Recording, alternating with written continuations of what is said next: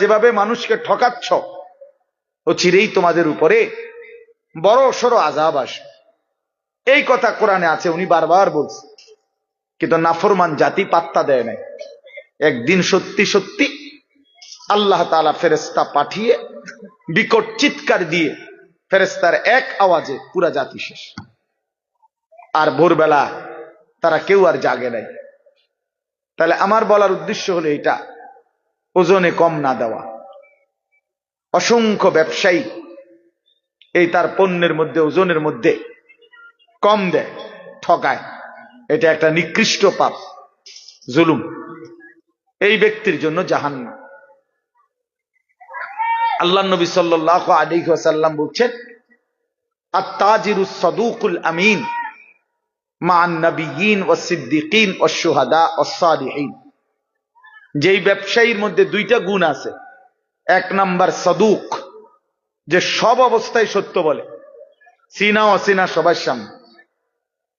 দুই নাম্বার হলো আল আমিন, বিশ্বস্ত, কাউকে ঠকায় না, পরিচিত অপরিচিত কাউকেই না। তা আল্লাহ নবী সাল্লাল্লাহু আলাইহি সাল্লাম বলেন, এই দুই গুণের অধিকারী, সর্বদাই সত্য বলে, সর্বদাই বিশ্বস্ত, এই দুই গুণ যেই ব্যবসায়ীর মধ্যে থাকবে, আল্লাহ তাআলা তাকে নবী, সিদ্দিক, শহীদ, আউলিয়াদের সাথে হাসরের ময়দানে উঠাবেন। হাসরের ময়দানে উঠাবেন। তাহলে এটা বোঝা গেল হালাল ব্যবসা এবং সৎ আমানতদার ব্যবসায়ী অনেক দাম, অনেক দাম। আর এর বিপরীতে প্রতারক, যে ঠকায়, ধোঁকা দেয়, সে রাসূলুল্লাহ সাল্লাল্লাহু আলাইহি সাল্লামের অন্তর্ভুক্ত নয়, উম্মত নয়। হাদিসে কথা স্পষ্ট আছে।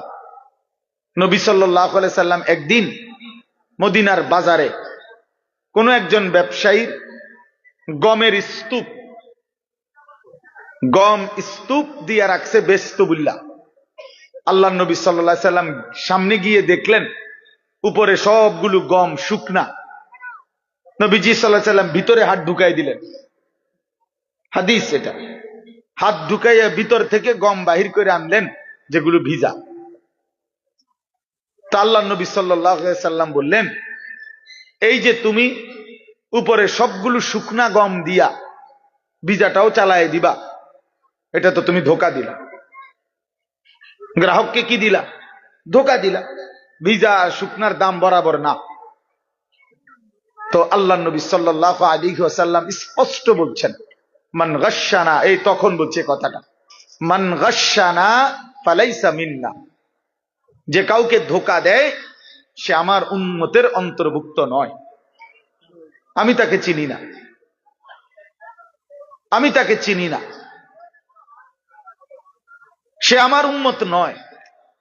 তো যিনি সুপারিশ করবেন, যিনি হাউজে কাউসারের পানি দিবেন, তিনি যদি বলেন তোমারে আমি চিনি না, তুমি আমার উম্মত না, তা আপনার সুপারিশ করবে কোন আব্বা?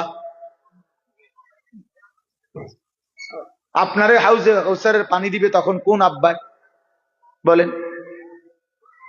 আছে তখন কেউ? থাকবে তখন কেউ? এই জন্য এটা খেয়াল করা। শুধু ব্যবসায়ী না, প্রতিনিয়ত আমরা লেনদেন করি। মানুষ মাত্রই সমাজবদ্ধ জীব।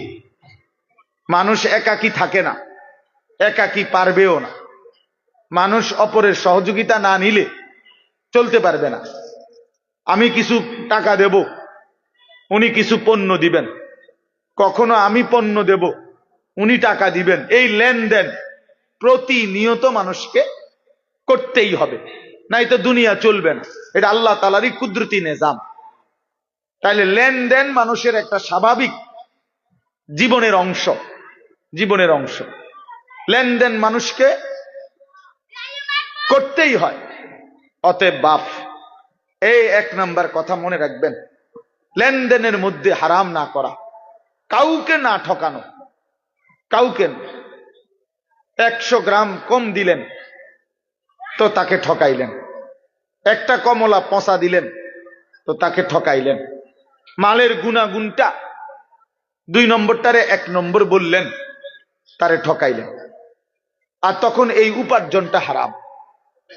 আল্লাহ নবী সাল্লাল্লাহু আলাইহি সাল্লাম বলেন, মানিশতারা শাইআন বিআশারাতি দারাহিম ওয়া ফীহি দিরহামুন মিন হারাম, যে কোনো একটা জিনিস ক্রয় করেছে 10 টাকা দিয়ে, তার মধ্যে 1টি টাকা ছিল হারাম, আর 9 টাকাই হালাল। আল্লাহ নবী সাল্লাল্লাহু আলাইহি ওয়াসাল্লাম বলেন, আল্লাহ তাআলা ওই জিনিসটি যতক্ষণ পর্যন্ত তার কাছে থাকবে, তার কোনো ওয়াক্তের ফরজ কিংবা নফল, দান কিংবা সাদাকা আল্লাহর দরবারে কবুল হবে না। সরাসরি হাদিস। ওই ভাই এই লাইট এটা সরা, ওটা ফালতু কোথাকার, ওটা ঘুরে বয়ে যাবে। এই জন্য তার কোনো নামাজ বন্দেগী ইবাদত কবুল হবে না। এবারে স্পষ্ট হাদিস কোরআন শরীফে আছে। একটা বিষয় আছে এমন, আল্লাহ নিজে বলছে, বন্ধু আদম আলাইহিস সালাম থেকে নিয়ে আপনি ১৬ লক্ষ আম্বিয়াকেও আমি এই একই আদেশ করছি, ওই একই হুকুম আমি ইমানদার সমস্ত বান্দাকেও করেছি।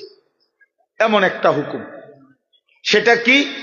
সেটা হলো হালাল খাও এবং নেক আমল করো। এই কথাইটা যে আগে উপার্জন হালাল, আগে বক্ষণ খাবার হালাল খাও, অতঃপর আল্লাহর ইবাদত করো, এই কথাইটা হুবহু আল্লাহ ১৬ লক্ষ নবীকেও বলছেন এবং সমস্ত ইমানদার উম্মতকেও বলছেন।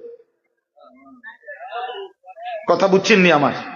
তাহলে এই মুশতারক হুকুম সমস্ত নবীর জন্য যেই হুকুম, রাসূলুল্লাহ সাল্লাল্লাহু আলাইহি সাল্লাম বলেন, ইন্নাল্লাহ তাআলা আমারাল মুমিনিনা কামা আমারা বিহিল মুরসালিন। আল্লাহ তাআলা রাসূলদেরকে যেই হুকুম করেছেন, হুবহু এই হুকুম ইমানদারদেরকেও করেছেন। এই যে 1 নাম্বার রোজগার হালাল, বক্ষণ খাবার হালাল। 2 নাম্বার হলো আল্লাহর ইবাদত, নেক আমল, নেক আমল। এই জন্য বাপ আমরা অনেক সময় খামখেয়ালি মনে করি, হালাল রোজগারের বিষয়টাকে পাত্তা দেয় না। এই সুদের টাকা, কিস্তির টাকা, মিথ্যা হারাম রোজগার, বাটপারি, সিটারি, ওজনে কম দেওয়া, আবার গিয়া নামাজ পড়ে মনে করবে যে চলবে না, হবে না। কোন ব্যক্তি শুধু নামাজ পড়লে তারে নামাজি বলে, কেউ রোজা রাখলে তারে রোজাদার বলে, কেউ হজ করিলে তারে হাজি সাহেব বলে, কেউ দান করিলে তারে দানশীল বলে, কিন্তু দিনদার, মুত্তাকি, ফরহেজগার, আল্লাহওয়ালা তাকে বলে যে পুরা দিন মান।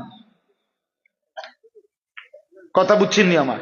আর জান্নাতে যাওয়ার জন্য শুধু নামাজি হওয়া যথেষ্ট নয়, শুধু রোজাদার হওয়া যথেষ্ট নয়, শুধু হাজি সাহেব হওয়া যথেষ্ট নয়, শুধু দানশীল হওয়া যথেষ্ট নয়, বরং পুরা দিন মানা জরুরি। আমার জন্য, আপনাদের জন্য। আমি না মানলে আমি ক্ষতিগ্রস্ত, আপনি না মানলে আপনি ক্ষতিগ্রস্ত। কথা বুঝছেন? বহুত জনে তো মানে না, এ কথা কই হালাই দিল হইতো না। বহুত হুজুরেও তো মানে না, না মানুক। আমনে মানবেন, কারো অমকে মানে না, তোমকে মানে না, এ কথা বলে উড়াই দিলে হবে না। আমনে তো উনার কবরে যাইতেন না, আপনি তো আপনার কবরে যাইবেন। এই জন্য হালাল রোজগার এটা অত্যন্ত গুরুত্বপূর্ণ। তলাবু কাসবিল হালাল ফরিদাতুন, সরাসরি হাদিস, বাদাল ফরিদা। নবী সাল্লাল্লাহু আলাইহি সাল্লাম বলেন, নামাজ, রোজা, হজ, যাকাত এই ফরজগুলো আদায়ের পরে হালাল রোজগার তালাশ করা, এটা দ্বিতীয় ফরজ। দ্বিতীয় ফরজ কাসবিল হালাল, হালাল রোজগার, হালাল রোজগার।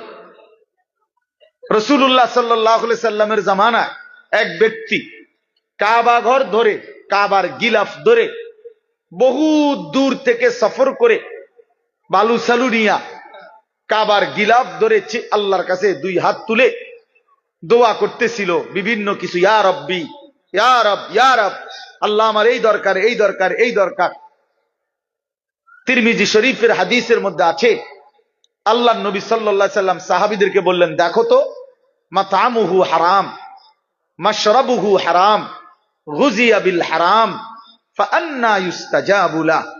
এই যে লোকটা, সে যা খেয়েছে হারাম, সে যা পান করছে তাও হারাম, তার শরীরের গোশত রক্তগুলো যা হয়েছে তাও হারাম, ফাআন্না ইউস্তাজাবু লাহু, তাহলে কিভাবে তার দোয়া কবুল হবে? যদিও সে কাবার গিলাফ ধরে রাখছে, যদিও সে আল্লাহর ঘরের সামনে। তো রাসূলুল্লাহ সাল্লাল্লাহু আলাইহি সাল্লাম যদি বলেন হারামখোরের দোয়া কবুল হয় না, তা আপনি গাছ ধরে নি দোয়া কবুল করাবেন? কথা বলেন না। ইমাম সাহেব রেটে 100 দিলে ইমাম সাহেব দোয়া কবুল করাইয়া এরপরে বেহেশতে জমা দিয়ে আইব না? কি বেহেশত এই মাওলানা রুহুল আমিন, মাওলানা অমুকের, আবু হানিফ, আনিসুর রহমান, হেগো বাপের সম্পত্তি? হ্যাঁ, কথা বলেন না কেন? বেহেশত কি ইমাম সাহেবের বাপের সম্পত্তি? তো ইমাম সাহেব কি টেন্ডার নিয়ে আসছে বেহেশত, যে আমি দূরের টেন্ডার লইছি 10 শতকের? তো কি ভাবছেন? আপনার সমস্ত জিন্দিগির পুরা নাফরমানি ইমাম সাহেবকে 100 দিয়ে মিলাই দিব, এত খামখেয়ালি ভাবলেন? সারা জিন্দিগির সমস্ত হারাম উপার্জন 200 টাকা দিয়া ইমাম সাহেব সাফ করায় নিব, এটা কি আসলে? এতটা মামুলি কিভাবে ভাবলেন? এতটা খামখেয়ালি কিভাবে মনে করলেন? এতএব আল্লাহ নবী সাল্লাল্লাহু আলাইহি ওয়াসাল্লাম বলছেন, লা ইয়াদখুলুল জান্নাতা জাসাদুন গুজিয়া বিল হারাম। ওই দেহ জান্নাতে প্রবেশ করবে না যে দেহের গোশত মাংস রক্ত হয়েছে হারামের দ্বারা। আল্লাহর কসম, এটা হাদিস, নবী সাল্লাল্লাহু আলাইহি সাল্লাম বলছেন। আমি নিজে হাদিসের ব্যাখ্যার মধ্যে পড়ছি, আহা বদনসিব ওই ব্যক্তি, যে ব্যক্তি তার গোটা ফ্যামিলিকে, বউ বাচ্চাগুলোকে হারাম টাকা খাওয়াইছে, তার এই হারাম রোজগার দিয়েই সবাই খাওয়াইছে পড়াইছে।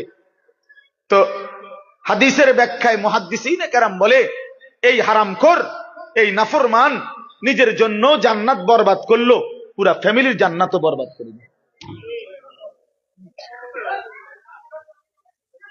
পুরা ফ্যামিলির জান্নাত বরবাদ করে দিল, সবার জান্নাত বরবাদ করে দিল। এই জন্য বাবা, আপনি যদি মনে করেন ইসলাম শুধু নামাজ না, ইসলামের গুরুত্বপূর্ণ ইবাদত নামাজ, কিন্তু ইসলাম শুধু নামাজ না। ইসলামের গুরুত্বপূর্ণ ইবাদত রোজা, কিন্তু ইসলাম শুধু রোজা না। ইসলামের অত্যন্ত গুরুত্বপূর্ণ ইবাদত হজ, কিন্তু ইসলাম শুধু হজ না, শুধু হজ না। ইসলাম পুরা দিন মানা। ইয়া আইয়ুহাল্লাযীনা আমানু দুখুলু ফিস সিলমি কাফা, পুরা দিনে প্রবেশ করো। আল্লাহ বলছে 100 100 100 100। এই জন্য আমি আপনাদের কাছে এই প্রথম কথা এটা বললাম, কেউ, আমিও আপনিও নিয়ত করেন কাউকে ঠকাবেন না, বলেন ইনশাআল্লাহ। এটা অনেক বড় জঘন্য, অনেক বড় নিকৃষ্ট মানসিকতা, নিকৃষ্ট মানসিকতা। এবার আসেন এই আয়াতের এই শব্দের আরেকটু ব্যাখ্যা, সেটা হলো তাতফিফ, মানে বান্দার হক আল্লাহর হক কোনো কিছুতেই কমতি না করা, ঘাটতি না করা, এটা তাফসীর আছে। আল্লাহর যত হক আমার কাছে তা পূর্ণ আদায় করা, ঘাটতি করলে, কমতি করলে, ত্রুটি করলে এটা তাতফিফ, এটা তাতফিফ, ওই ব্যক্তির জন্য জাহান্নাম। বান্দার হক যেটা, সেখানেও যদি কেউ ঘাটতি করে, কমতি করে, ত্রুটি করে, ধোঁকা দেয়, না দেয়, তো সেটাও তাতফিফ, ওই ব্যক্তির জন্য জাহান্নাম। আসেন আমি দুইটা উদাহরণ দেই। এক নাম্বার হলো নামাজ, আল্লাহর হক। কার হক? এই নামাজ যারা আদায় করে তাদের দায়িত্ব নামাজের মধ্যে এক সুতাও ঘাটতি না করা। তাইলে তাতফিফ হবে, হাদিসে আছে। রুকু, সেজদা, অজু, নামাজের নিয়ত, সানা, সূরা ফাতিহা, কোরআন শরীফের সূরা, তাসবিহ, আত্তাহিয়াতু, দুরূদ শরীফ, দোয়ায়ে মাসুরা, দোয়ায়ে কুনুত এবং ধীরস্থিরতা, কোনো কিছুর মধ্যে ত্রুটি না করা। ত্রুটি করলে তাতফিফ, ত্রুটি করলে আল্লাহর হকের মধ্যে ত্রুটি করলেন, আপনার জন্য জাহান্নাম। আপনি গ্রামের না শহরের, আপনি স্কুলের না কলেজের, আপনি মূর্খ না পাবলিক, আপনি কি গ্রামের সাধারণ মানুষ না অসাধারণ, এগুলো কোনো কথা না, এগুলো একটাও কোনো হিসাব না। আপনি মুসলমান কিনা সেটা বলেন। যদি বলেন হ্যাঁ আমি মুসলমান, তাহলে অবশ্যই অবশ্যই সূরা, কেরাত, দোয়া, কালাম, রুকু, সেজদা, নামাজ 100 শুদ্ধ হইতে হবে। যার সূরা অশুদ্ধ, যার দোয়া কালাম অশুদ্ধ, যার আলহামদুলিল্লাহ সূরা অশুদ্ধ, সে আল্লাহর হকের মধ্যে ত্রুটি করছে, তার নামাজ আদায় হয় না, জাহান্নাম তার জন্য অপেক্ষা করছে।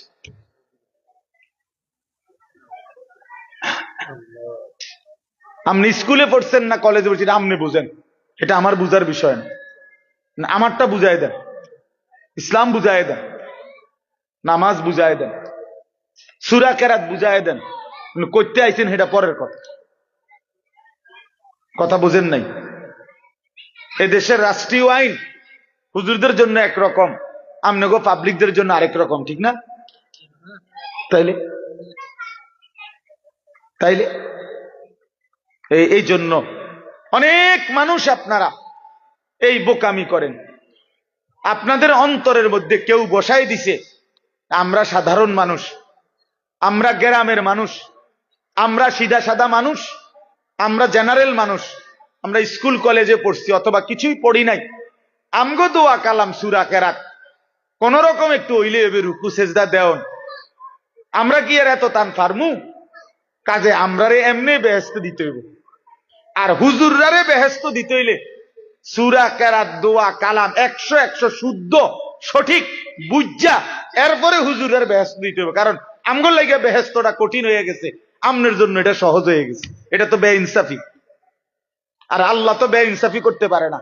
আমি যদি আল্লাহরে কই আল্লাহ আমি বেহেস্তে যাইতে হইলে 30 পারা কোরআন শরীফ আমার শুদ্ধকরণ লাগছে, আমি রুকু সেজদা ঠিক করণ লাগছে, এবারটা বেহেস্তে যাইতে গিয়া এবার কিছুই ঠিক করণ লাগে নাই, এমনি বেহেস্তে যাইতেছে গা, এটা কেমন ইনসাফ হলো? কথা বলেন না? তখন কি কি ব্যাপার ভাই? এই জন্য সাবধান। আবু হানিফ ভাই এটা বলতেছিল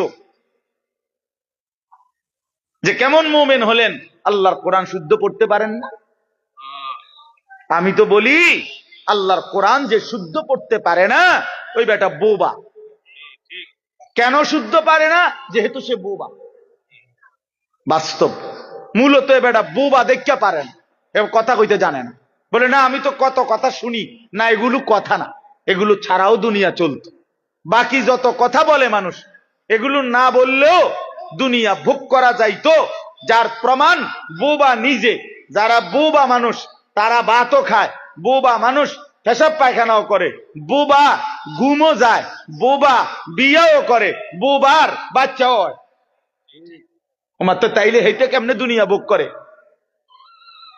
কথা বলেন। তাহলে বুঝা গেল কথা না বলিয়েও দুনিয়া কি করা যায়, তো সারছে তো। তাইলে আর আমনে কথা কইয়া লাভ হইল কি? আপনারে জবান দিল কেন? তাইলে বাতের লাগে তো হেবেটা ভাত খায় কেমনি? আপনারে জবান দিল কি লেগে? হতনের লাগে তো হেইতে হতে কেমনে বলে? ওই অন্ধ লোক দুনিয়া ভোগ করে কিভাবে? ওই বধির লোক দুনিয়া ভোগ করে কিভাবে? এই জন্য বাপ আল্লাহর হক অনেক, এত রাত আমি সব বলা যাবে না, একটাই বললাম নামাজ। রুকু দেন, আপনাদের অনেক বয়স্ক লোক আছেন, রুকু দিয়া মাথা একটু উঠাইয়া আরেকটা সেজদা জায়গা। বাটপার, এই বুড়া বাটপার, মনে রাখেন, 1 নম্বর বাটপার। এটা বাটপার,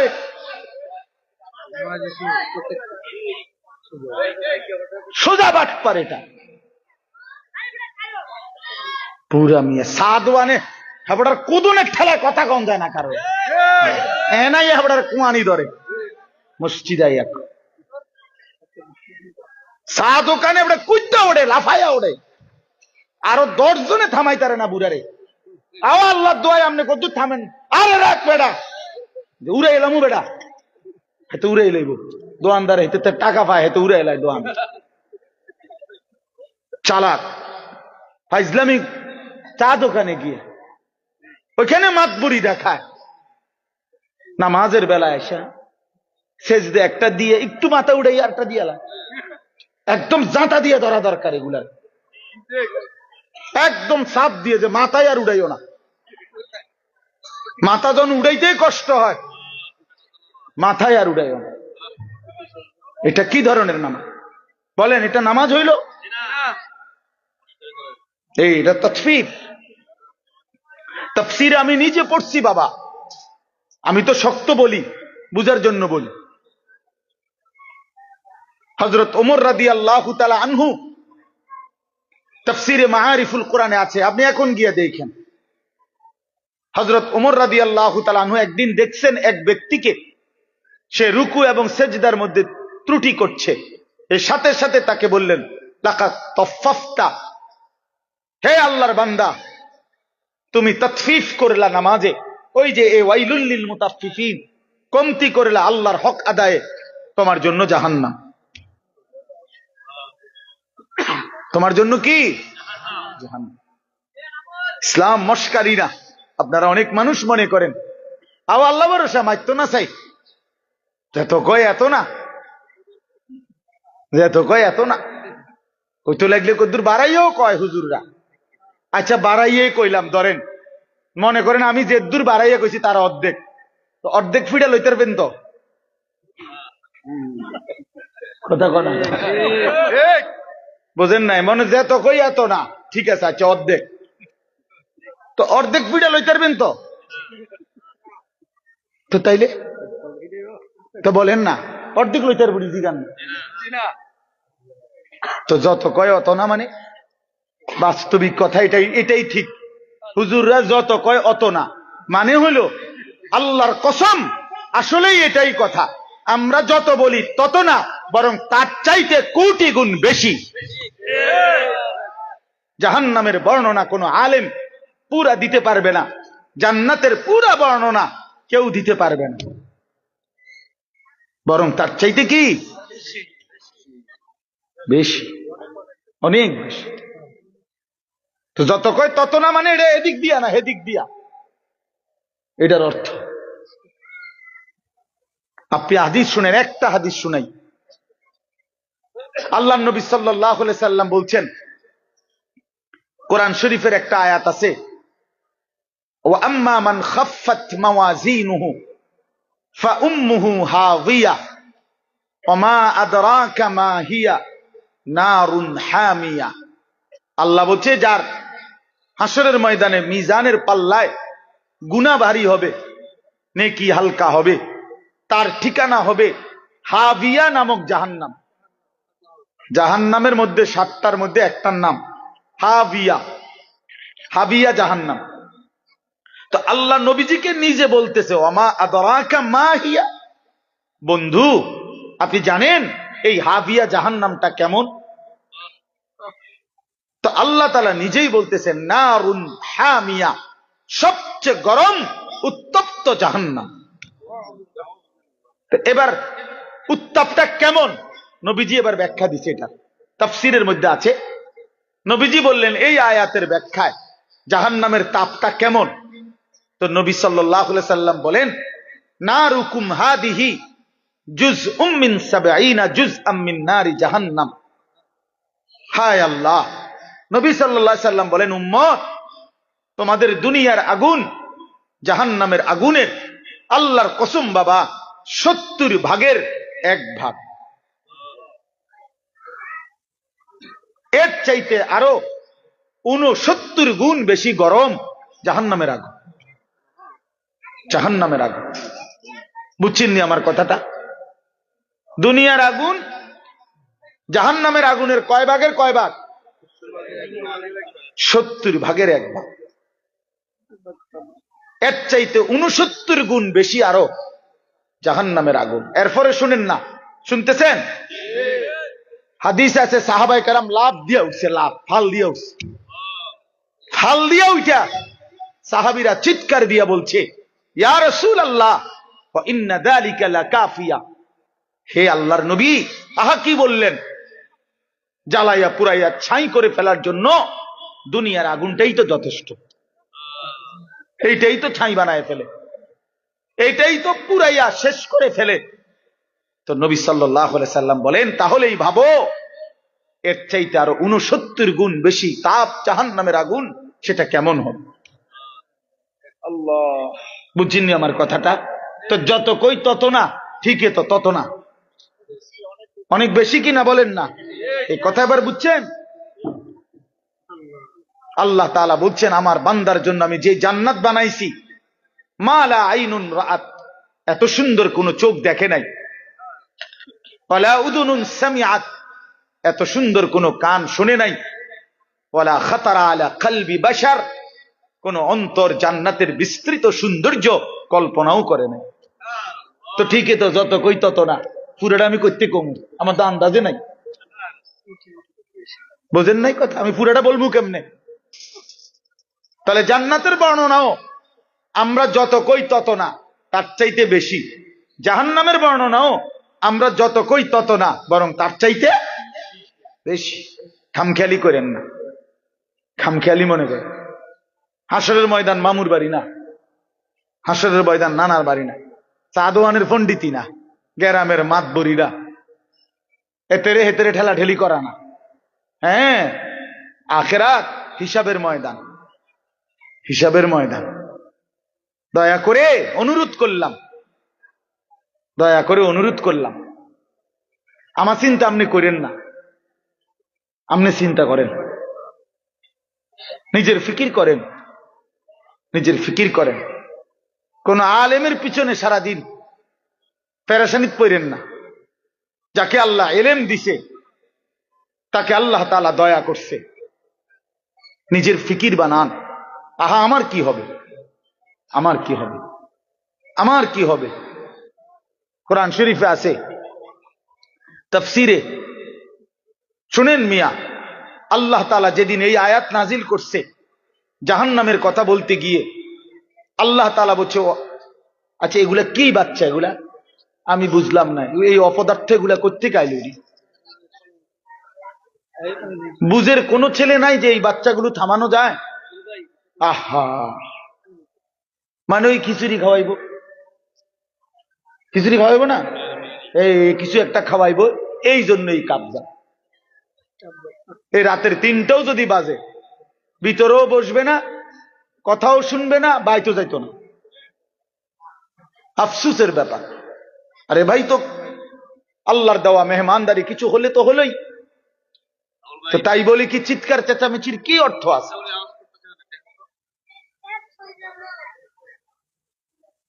তো কি বলতেছিলাম? হ্যাঁ, মাশাআল্লাহ, আল্লাহ তাআলা যেদিন এই আয়াত নাজিল করছে, ওয়াকুদুহান নাস ওয়াল হিজারা, আমার কথা শুনেন বাবা, আল্লাহ বলছে, হে নবী শুনেন, জাহান্নামের আগুন লাকড়ি হবে, মানুষ এবং পাথর। মানুষ ফেলবে, আগুন আরো উত্তাপ হবে, পাথর ফেলবে, আগুন আরো উতরাইবে। তো এই আয়াত যখন নাজিল হইছে, একজন সাহাবী ছিলেন বিখ্যাত, হযরত সালমান ফারসি রাদিয়াল্লাহু তাআলা আনহু, আপনারাও নাম শুনছেন।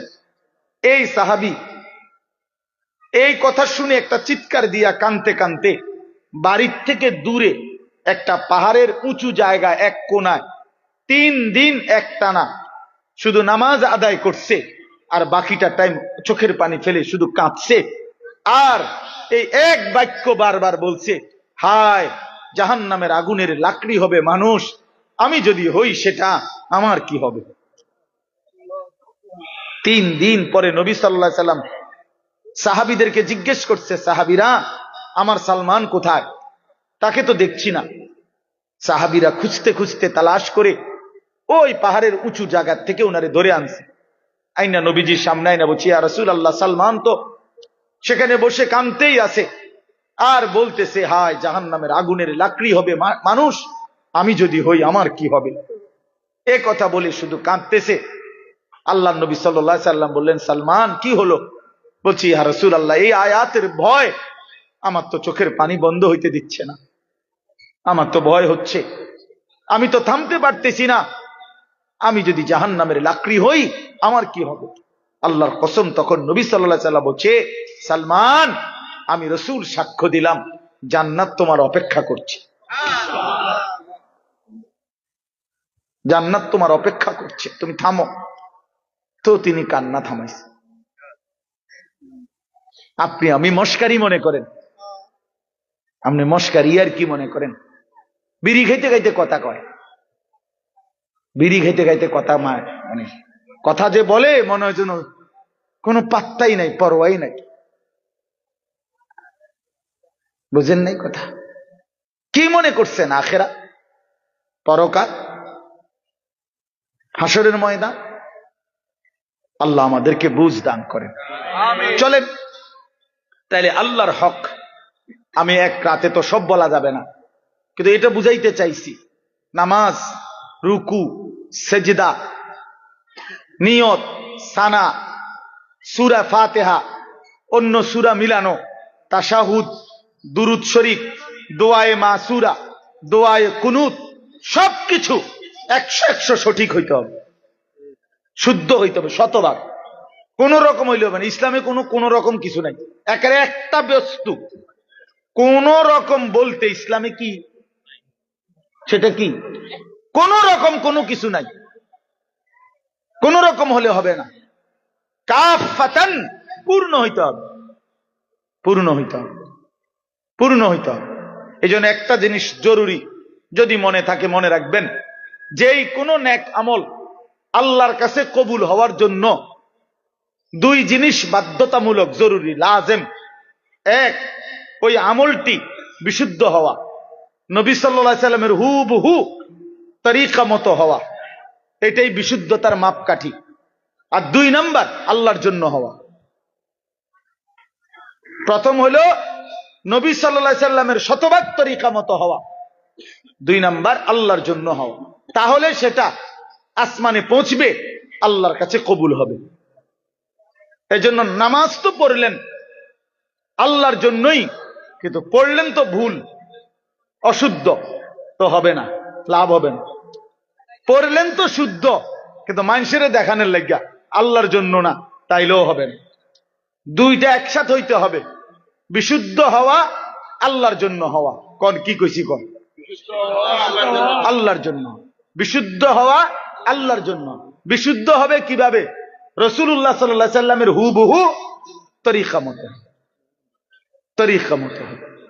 এই জন্য আপনাদের কাছে অনুরোধ, এই আয়াত সূরা থেকে আমি বললাম তাতফিফ, এটা গুরুত্বপূর্ণ বিষয়। হয় ইমাম মালিক রাহমাতুল্লাহ আলাইহি বলছেন, লিকুল্লি শাইইন ওয়াফাউন ওয়া তাতফিফুন, প্রত্যেক বিষয়ের একটা আছে পূর্ণ আর একটা আছে ঘাটতি, কমতি। ইসলামের মধ্যে কোনো আমল যেন ঘাটতি না হয়, পূর্ণ হইতে হবে, পূর্ণ হইতে হবে। আল্লাহ আমাদেরকে তৌফিক দান করেন। দ্বিতীয় কথা হইল, বান্দার হক, এটার মধ্যেও কমতি না করা, ঘাটতি না করা। এখানে আমি শুধু একটা উদাহরণ বলি, সেটা হলো আপনজনের হক, আপনজনের হক বঞ্চিত না করা, ঘাটতি না করা, তাইলে ওই লোক জালেম, ওই লোকের জন্য জাহান্নাম। যারা আপন বোনের সম্পদ দেন নাই, আপনার জন্য জাহান্নাম। যারা আপন ফুফুর সম্পদ দেন নাই, আপনার জন্য জাহান্নাম। যারা আপন ভাইয়ের সম্পদ দেয় নাই, তাদের জন্য জাহান্নাম। যারা আপন স্ত্রীর মোহর আদায় করেন নাই, তাদের জন্য জাহান্নাম অপেক্ষা করছে। বান্দার হক এগুলো। কার হক? বান্দা। আরো আছে, একটাই বললাম, বান্দার হক কমতি করা যাবে না, কমতি করা যাবে। আপন বোন বাবার মৃত্যুর পরে ঠিক যা পায় তা পুরো দিতে হবে, শরীয়ত যেভাবে বলছে। এনে নয় ছয় করার, বাটপারি সিটারি করার কোনো সুযোগ নেই। আপন স্ত্রীর মোহর আদায় না করার কোনো সুযোগ নেই। আপন ভাইয়ের, বোনের, ফুফুর ইত্যাদি সম্পদ নয় ছয় করার কোনো অধিকার নেই। ওই লোক জালেম, ওই লোক একেবারে নিকৃষ্ট, একদম নিকৃষ্ট, একদম পচা মানুষ, একেবারে শ্রেষ্ঠ জালেম যে আপন জনের হক নষ্ট করে, আপন জনের হক নষ্ট। আপন বোন সম্পত্তি চাইছে, বাবার পৈতৃক ওয়ারিস সম্পত্তি নিবাগা, বইন বাগি না আর আইতা না, আর আইতা না, আর খাইতা না আমগো ভাই, একবারে বুঝ করে নিগেবা নাকি? সারা জীবন বড় করলাম, ভাই হিসাবে আদর করলাম, বিয়ে শাদী দিলাম, অনার বাইছেন না। জালেম। এই ডাকাত কি কইল? এটা তো বোনের ব্যাপার বল, তুমি এটা ডাকাত, তুমি এটা কি বললা? এটা সে বুঝাইতে চাইলো যে এই গ্রামের যে কোনো মানুষ আমার বাড়িতে ভাত খাইতে হইলে খাইতে পারবে এমনি, কিন্তু আপন বোন আর বাগিনা তারা যদি আমার বাড়ির দুগা ভাত খাইতে হয় জমি দিয়া খাইতে হইবে। কথা বোঝেন নাই?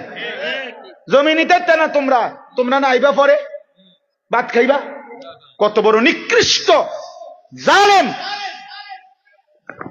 বেটা! তোর গ্রামের কত মানুষ তোর ঘরে খায়, কই তারা তোরে জমি দিয়া খাইছে? তো তুমি আপন বোনের বেলায় এটা কইলা কেন? আপন বোনের বেলায় এটা বললা কেন? আপন বোনের হক দিলা না কেন? কার জন্য আটকাইলা? ওই ছেলে মেয়ের জন্য? ওরা তোমারে মনে রাখবে? এই সম্পত্তি তোমার থাকবে? তো কি বাবা, কি ফায়দা হইল বলেন? বলেন, এক বিগত জায়গা ছেড়ে দিলে আপন ভাইয়ের বাড়ির রাস্তাটা হয়ে যায় না? দিত না? এই গাছ কান কাটতে লাইলে এনদের রাস্তাটা আইসা পড়ে না? দিত না? কেন? অসুবিধা কি? মনে করেন আমনের এই, সে তো আমার ভাই, আল্লাহর জন্য দুনিয়া একটু ছেড়ে দিলে কি হয়? দুনিয়া এমনি ছাড়তে হবে না? কথা বলেন না কেন? আপনিও থাকবেন না, দুনিয়াও থাকবে না। এটা সত্য কিনা বলেন? একদিন আমিও থাকবো না, একদিন এই পৃথিবীও থাকবে না। কাল্লা ইদা দুক্কাতিল আরদু দাক্কান দাক্কা, আল্লাহ বলে সাবধান বান্দা, মনে রেখো আমি কিন্তু এই জমিন পাথরের মতো চূর্ণ বিচূর্ণ করে ফেলব, পাউডার বানায় ফেলব। তো কেন তুমি এই কামরা কামড়িটা করলা? কেন হক দিলা না? কেন আমনের ক্ষমতা দেখাইলেন? দলিলের মার ফেস আমনে বুঝেন, অথবা টেয়া দিয়া পয়সা দিয়া হদ্দার মাতব্বরের কইয়া বাটপারি করে আমনে নিয়ে নিলেন আর এই 2 শতক। কি বেশি কি নিলেন? 2 শতকের জন্য অনন্তকালের আখেরাত বরবাদ করে দিলেন। 5 শতক জমির লেগা 10 দুনিয়া বরাবর জান্নাত ত্যাগ করে দিলেন।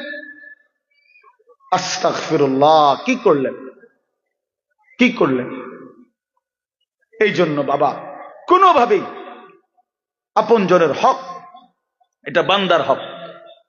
বান্দা এক বাপ মারা যাওয়ার পরে বাপের কিনা যদি 1 কেজি লবণ নুন থাকে ঘরে, আল্লাহর কসম ভাই বোন সবার উপরে শরীয়ত সম্মত ভাবে এই নুন বন্টন করে দেওয়া ফরজ। এটাই শরীয়ত। নুন, নুন, জি জি, লবণ। আপনি তো হুদা মনে করছেন জমিন। বাড়ির ভিটা, এই যে বসত ভিটা যেটা, এটা 100 বোনের হক, ভাই বোন সবার হক। যেই জালেমরা আপন বোনকে বসত ভিটার থেকে বঞ্চিত করছে, ওরা জালেম, ওদের জন্য জাহান্নাম অপেক্ষা করছে। এটা নিজেরা কোত্থেকে এই গাঁজাখুরি কথা কোত্থেকে বানাইছে জিজ্ঞাসা করো। বলেন মিয়া, এখন প্রতিবাদ করেন। আমি আর কোনোদিন আসতাম না আপনার এলাকায়। কি হয়েছে? কথা বলেন না। আর কোনোদিন নারে আসলাম না আর কি। আপনি বাঁচবেন কয়দিন, আমি আর বাঁচবো কয়দিন? বলেন বাবা, আপনি বাঁচবেন কয়দিন, আমি বাঁচবো কয়দিন? কে বানায় নিল এই কথা যে আপন বসত বিটায় বোনেরা পায় না? এত বড় মিথ্যা কথা, গাঁজাখুরি কথা আসমানের নিচে জমিনের উপরে পৃথিবীর কোনো কিতাবে নাই। এই সমাজের বানানো কথা এটা। আমি আমার বোনের সম্পত্তি যখন দিছি এই বসতের কসম আল্লাহ, আমার বোন অবাক। তিন বোন আমার। বোনেরা আমার বড় বোন কিতারে কস ভাই, এ কথাতে জীবনে প্রথম শুনলাম। আমি বলি 100 বোন। বাবার এই পৈতৃক যে ভিটা, এখান থেকে আপনারা আপনাদের অংশ নিয়ে যান। আপনি যদি বিশ্বাস না হয়, কারো দরকার আমার বোনের নাম্বার দেই, কালকে ফোন দিয়ে। হ্যাঁ চলেন। খামখেয়ালি মনে করছেন দুনিয়া? আপনিও মরে যাবেন, আমিও মরে যাব। দুনিয়াও থাকবে না, আমিও থাকবো না। তো হিসাব দিতে হবে না?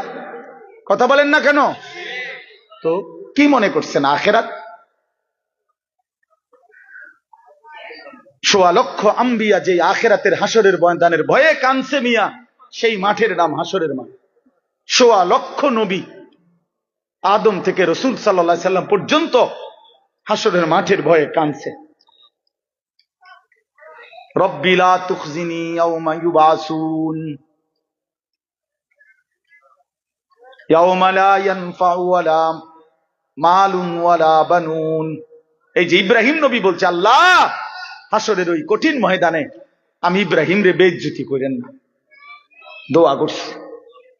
আপনার কাছে হয়তো মনে হইব এখন, হুজুর ইডি কইয়া ওনার ফেস লাগাইলো সমাজটার মধ্যে।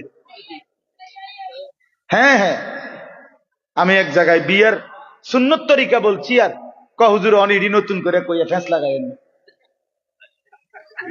রাসূলুল্লাহ সাল্লাল্লাহু আলাইহি সাল্লামের সুন্নাত বিবাহ কিভাবে হবে এটা আমি বলাতে বললো যে এটা ফেস লাগাইন কথা কইেন না, যে এমনি চলছে এমনি চলতে দেন। যে বেটা বলছে বেটার এখানে টাই পরা, স্যুট পরা, পরে আমি বললাম আঙ্কেল অবশ্যই আমি ফেস লাগানো ঠিক হবে না, এই জন্য আমি দয়া করে বিয়েটা পড়াইলাম না। আমনে মেহেরবানি করে বিয়েটা পড়ান। বাবুরে আমি দুগা ভাত খেতে মাইছি, ভাত আল্লাহর রহমতে খাইছি, খানা শেষ হয়ে গেছে, আমি যাই। এইবার হুজুর আমরা কি আর ইডি পারি? আমি এতক্ষণ পণ্ডিতি করলেন কেন বেটা ফাজিল? কথা বলেন। আমনে না কইলেন, আমি আমারটা কইলে ফ্যাঁস লাগবে সমাজে, তো আমনেরটা করেন। আপনি বিয়ে পড়ো, আমার সমস্যা কি? আমি তো ভাত খাইছি, দইও খাইয়া লাইছি, আমার বুঝ হইয়া গেছে। আমি যে খানার বুঝ পাইছি তো সারছে তো। হ্যাঁ, এই জন্য বাবা আমি হয়তো একটু শক্ত বলে ফেললাম আর কি, কিন্তু মনে কষ্ট নিয়েন না। আপনি বরঞ্চ ভাবতে শিখেন, বিষয়টাকে পজিটিভ দেখেন, ইতিবাচক দেখেন যে আহা আসলে তাহলে আমার কি করা উচিত। ঠিক কিনা বলেন না কেন? ৫ শতক জমি কমে গেলে জিফুত মরতো না, আখেরাত বাইচা যাবে। ১০ শতক জমি কম পাইলে সন্তান মরবে না। আমরা 5 ভাইয়ের জন্য আমার বাবা কোনো ঘর করে দিয়ে যায় নাই। ২০০৮ সালে আমার আব্বা ইন্তেকাল করছে, ২০০৯ সালে না ২০১৫ সালে, ২০১৫ সালে, আর এখন ২০২৪, ৯ বছর। এই ৯ বছর আগে আমার আব্বা ইন্তেকাল করছে, যখন আমরা 5 ভাইয়ের কারো কোনো ঘর ছিল না। কিন্তু এই 9 বছরের ব্যবধানে বাবার ইন্তেকালের পরে আমরা 5 ভাইয়েরই আলাদা আলাদা জমি কিনা বিল্ডিং আছে, আলহামদুলিল্লাহ। তাহলে বাফ করে দিয়ে যায় নাই বলে সন্তান করতে পারবে না, এটা কোনো কথা না। বরং 5 জনের, আমার সব ভাই কোনো ওয়াজ করে না, সব ভাইয়ের আলহামদুলিল্লাহ আল্লাহ ঘর করবার তৌফিক দিছে আলাদা আলাদা। তাইলে আমি আপনাদেরকে বুঝাইতে চাই, আপনি কেন হারামের মাধ্যমে সুদ দিয়া, ঘুষ দিয়া, বাটপারি, সিটারি কইরা, মিথ্যা বইলা, দলিলের মধ্যে 2 নম্বরই কইরা আমনে এতেরে দিয়ে হেতেরে দিয়ে ওইতেরে দিয়ে এতগুলো বাটফারি কইরা, আহা বান্দা, আয় আল্লাহর বান্দা, কার জন্য রাইখা গেল? নিজের আখিরাত বরবাদ করে দিলা। কার জন্য রাইখা গেলে এই 10 শতক জমি? এত সিটারি করলা, এতটি দলিলের মধ্যে এতগুলো ফেঁস লাগাইয়া এ কদ্দুর জমি উদ্ধার করলা, বিনিময়ে আজ কার জন্য রেখে যাচ্ছ? তোমার না বলে